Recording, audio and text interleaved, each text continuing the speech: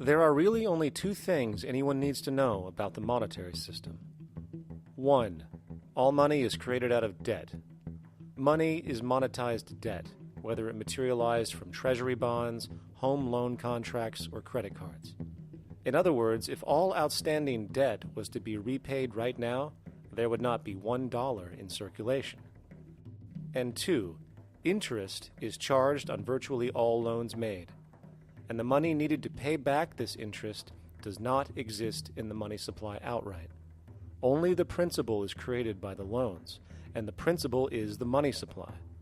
So, if all this debt was to be repaid right now, not only would there not be $1 left in circulation, there would also be a gigantic amount of money owed that is literally impossible to pay back, for it does not exist.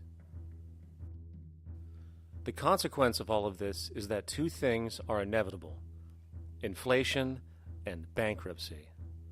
As far as inflation, this can be seen as an historical trend in virtually every country today, and easily tied to its cause, which is the perpetual increase of the money supply, which is required to cover the interest charges and keep the system going. As far as bankruptcy, it comes in the form of debt collapse. This collapse will inevitably occur with a person, a business, or a country, and typically happens when the interest payments are no longer possible to make.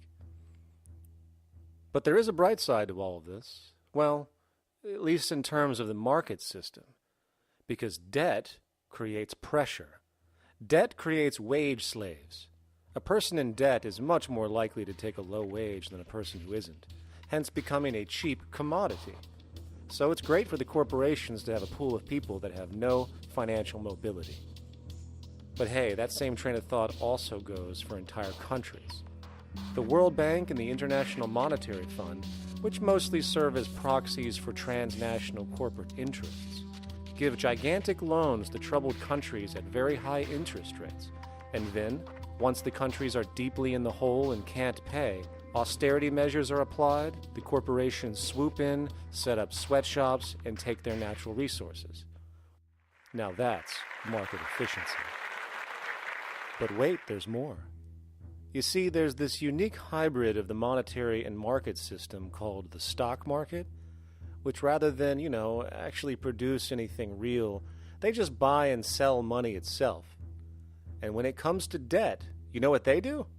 That's right, they trade it. They actually buy and sell debt for profit, from credit default swaps and collateralized debt obligations for consumer debt, to complex derivative schemes used to mask the debt of entire countries, such as the collusion of investment bank Goldman Sachs in Greece, which nearly collapsed the entire European economy. So when it comes to the stock market and Wall Street, we have an entirely new level of insanity born out of the money sequence of value. All you need to know about markets was written in an editorial in the Wall Street Journal a couple of years ago. It was called Lessons of the Brain-Damaged Investor. And in this editorial, they explain why people with slight brain damage do better as investors than people with normal brain functionality. Why? Because the slightly brain-damaged person has no empathy. And that's the key. If you don't have any empathy, you do well as an investor. And so Wall Street breeds people who have no empathy to go in there and to make decisions and make trades that they have no compunction about and no thought whatsoever as to what they're doing might affect their fellow human being. So they breed these robots, these people who have no souls.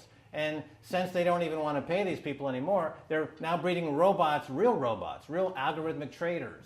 Goldman Sachs and the high-frequency trading scandal. They put a computer next to the exchange, the New York Stock Exchange. This computer, this co-located computer, as they call it, it front runs all the trades on the exchange, and it hits the exchange with volumes of orders in ways that scout pennies and nickels away from the exchange. It's like they're siphoning money all day long.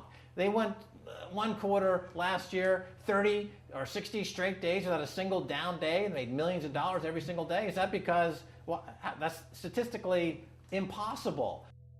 When I worked on Wall Street, the way it works is everyone kicks upstairs the bribes. The brokers bribe to the office manager, the office manager bribes to the regional sales manager, the regional sales manager bribes to the national sales manager. It's a common understanding. At Christmas, who gets the biggest bonus at Christmas in an average brokerage office? The compliance officer.